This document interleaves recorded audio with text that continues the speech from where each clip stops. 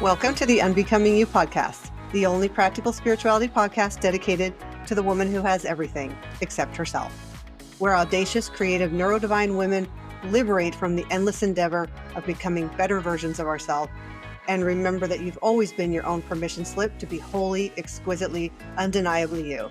I'm your host, Kalyani Leela Taylor. If listening to this episode moves you as much as it does me making them, subscribe to join us for every episode.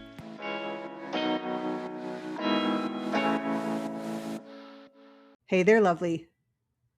I'm delighted you're joining me, and I'm truly honored to be in your ears and instrumental in your liberation. Have you ever noticed yourself waiting for permission without realizing that's what you're doing? Permission to validate who you are. Permission to choose what you want when it's different than the people around you. Permission to trust yourself without checking in with someone else first. We even seek permission to just be our authentic self. And sometimes when we think we're stuck, we aren't actually stuck because we don't know what to do. We're stuck because we don't feel allowed to do what we already know. Somewhere along the way, we learn to think that our knowing needs to be verified by agreement, by reassurance, by timing, or by someone or something outside of us. And so we outsource our knowing. We get really good at looking outward for validation and confirmation and forget the value of listening inward. We seek answers and signals outside of ourselves to confirm that we're allowed to want what we want, allowed to rest, allowed to play, allowed to prioritize ourselves, allowed to choose what feels right instead of what looks right to others. We use relationships, credentials, rituals, spiritual language, productivity, approval, success, sometimes even suffering, as a permission slip. We so readily put our trust in all that external feedback rather than simply listening to and trusting ourselves. Even something as simple as being inspired with a business idea. We're told the first thing we should do is conduct market research with potential customers to establish and validate the demand. Why? Is it not viable that the reason someone is inspired with the idea is because there's already a customer need that hasn't been filled? Can you see how subtly that undermines our trust, not only in ourselves, but the bigger workings of life in play? I get it. Guidance can feel supportive. External validation can feel connecting. And belonging has always mattered to me. But at some point, that guidance quietly became dependence. And without realizing it, we started believing that someone else might know us better than we know ourselves. That someone else might have more insight into what's right for our life. That permission to trust ourselves, to be ourselves, and to express ourselves was even something to be granted. I'm not suggesting rejecting the tools, the teachers, or the paths that have supported your journey. This podcast and every liberating offer I create for you and for myself exist to support us. But support is very different than self-authority. And liberation begins when we come back into relationship with ourselves, recognizing her wisdom that's been there all along, listening to her truth that will always be our best guide. And I didn't realize for a long time how much of my life I was living based on what other people needed from me. I rarely stopped to ask myself what I needed or what I wanted or how something actually landed in my own body. The irony of not recognizing my own self-abandonment in that way.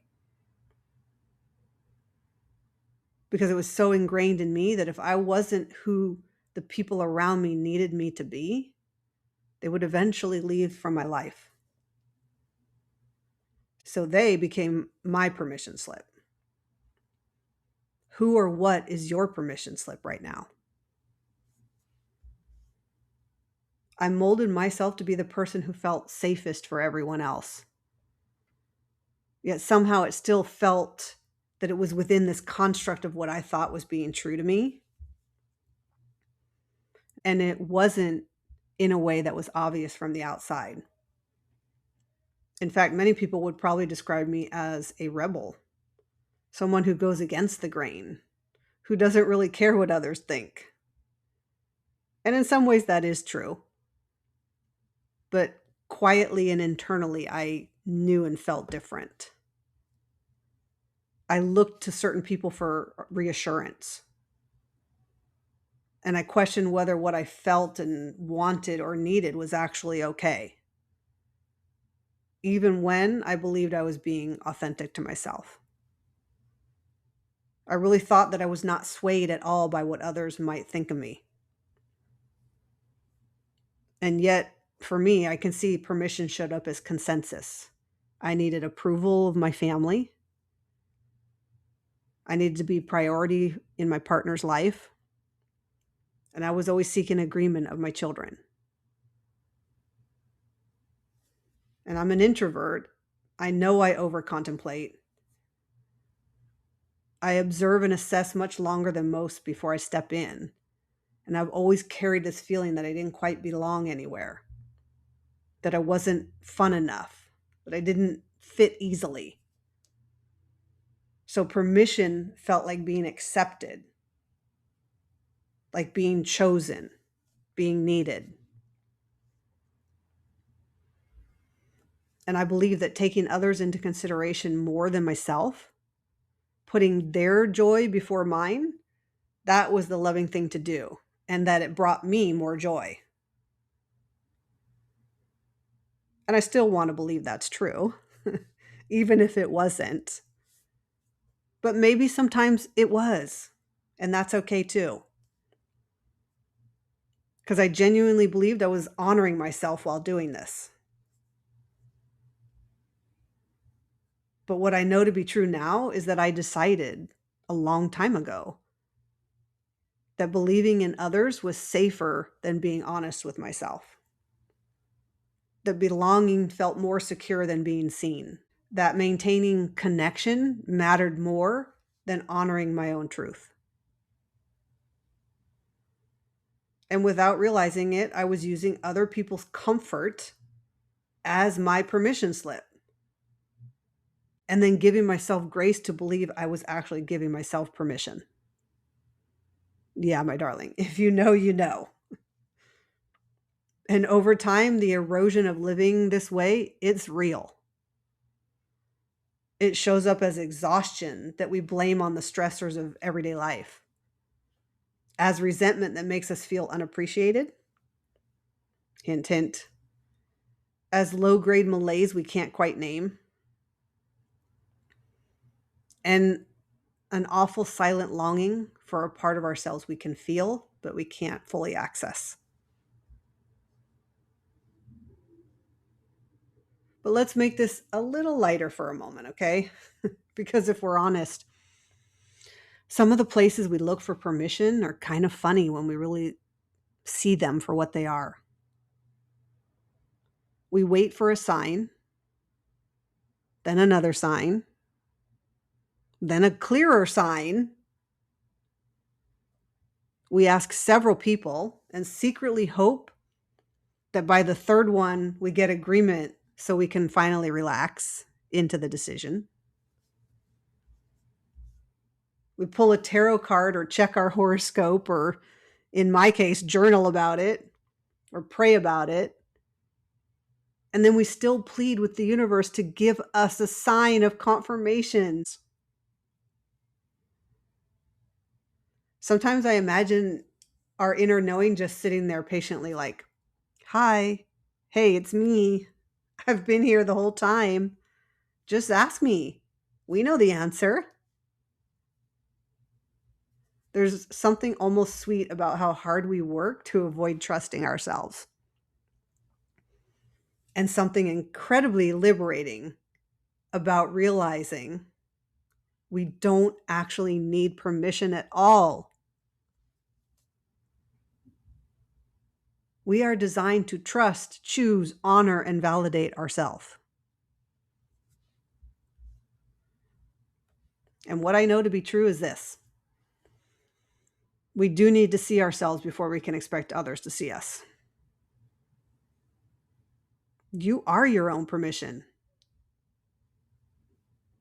And sometimes instead of asking for yet another sign, maybe we just pause long enough to hear our own answer within. Just deeply listen and truly connect. When was the last time you had a real conversation with yourself? No, I'm not talking about a mental checklist of everything that needs to be handled for the day. And not self-criticism dressed up as inspiration, but an actual check-in conversation. Like the I'm here, love, breathe, tell me what's real kind of conversation. And you actually took the time to listen to what you're feeling and be present to what you need in the moment. Even if it's simply giving yourself a hug and saying, we got this thing called life, girl. Tell me if I'm wrong, but we're incredibly generous with grace towards others. We give patience, understanding, and compassion so freely, but yet we don't do that with ourselves. And once again, we don't need permission from anyone or anything to give ourselves the same. You are your own permission. And I know you can recall times when you've made decisions, whether big or small, about things in your life simply because you knew and felt the answer within already. No explanation, justification, or approval required. You didn't need to consult the tarot cards. You didn't need 3 separate opinions. You didn't wait for that third clearer sign. So I want to share a quick story with you. In 1997, I went to a spiritual seminar and I heard the word Leela at some point during the day, which I discovered later in Sanskrit means divine play. And it sparked something in me. And I felt immediately that I wanted to choose a new name for myself. And Leela would be my new middle name. And this wasn't about me rejecting who I was, and definitely not dishonoring the name my parents gave me, which, by the way, was Wendy. But it was that I wanted a name that felt more aligned with who I knew myself to be at that time in my life. And I did choose a new name. I chose Kalyani, as you know me by today, which means beautiful, blessed, auspicious, and blissful, because she so eloquently reflects that alignment back to me. And as I already said, Leela means divine play, something that I felt I really needed in my life at that time. If you've listened to any of my other episodes or been in my social corner of the world, then you know, as the good girl perfectionist, which is kind of actually redundant. If you're a Virgo, you know. And a Virgo with ADHD who has lived on her own and worked since the age of 16, play was not a predominant priority that I exercised in my daily life. And when I heard Leela, it just sparked this desire in me, and I was ready to have more fun, or at least the version of introvert homebody Virgo fun for me. And I still regularly speak to my precious younger self, little Wendy, as I call her, and that name holds her so sweetly. But choosing Kalyani Leela wasn't about erasing little Wendy at all, like I said. It was, for me, it was about honoring her by allowing her to remain fully who she is without making her believe that she should be different or change any of the beautiful elements of her that I adore and hold so dear. Because people had come to view, and not necessarily know, but view Wendy in a certain way and needed her to remain in that mold in order for them to feel okay. And I didn't want her to spend a lifetime fighting that battle of constriction. And so for me, it didn't even feel like changing my name. It felt more so naturally evolving into this new understanding of my truth and celebrating the expansion of my awareness. Because I was inviting more ease, more play, and more softness into a life that I had built and been living based around responsibility. So the point to all of the story that I'm sharing with you is that this may have been one of the most important times in my life that I didn't even consider external permission for this name change. I didn't even consider if it made sense, if it would be okay with my family and friends who'd only called me Wendy, or if it was even possible to do. I simply listened and trusted myself and moved forward. So I'm going to pause here and speak to my incredible young adult humans, Hermione and Giovanni. Even though I know I told you and I taught you otherwise, and I also gave you space and grace to express without oppression, I also know behavior is the example. So my sweet loves, if I passed along the false belief that you need any other permission besides your own, and I mean permission to validate who you are, permission to choose what you want even when it's different than the people around you, permission to trust yourself without checking in with someone else first, and permission to just be your authentic self, I'm deeply sorry.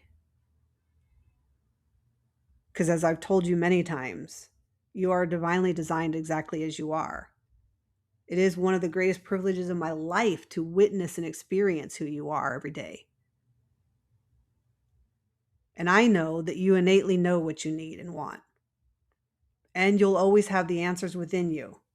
You need only to trust and listen to yourself. And to you, my beautiful soul listening right now, you don't need permission to express who you are either. You don't need permission to validate your worth. And you don't need permission to trust yourself. And you definitely don't need another sign either. You already know. And sometimes honoring yourself may confuse people. It, quite frankly, could even disappoint them. And I'm pretty sure it will challenge them. But ultimately, it will bring you home to your authentic self,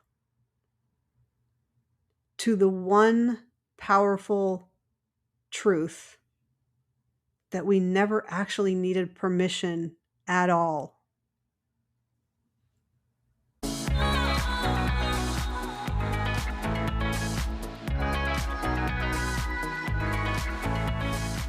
And that, my friend, is a soul-scribed mic drop of this episode of Unbecoming You. Wrapped in resonance, ready for reflection. A full exhale until next time. If you're ready to let go of the roles, the rules, and the residue, the Burn Journal to Liberation is waiting for you. No more self-improvement, only self-liberation. Write and burn your way home to the sacred imprints of yourself you never intended to abandon, buried beneath the becoming. Grab it at KalyaniTaylor.com. Thanks for sharing this magical, messy, and meaningful journey with me. If listening to this episode moved you as much as it does me making them, subscribe to join us for every episode. And I'd love it if you give the podcast your honest rating and review and share it on your socials.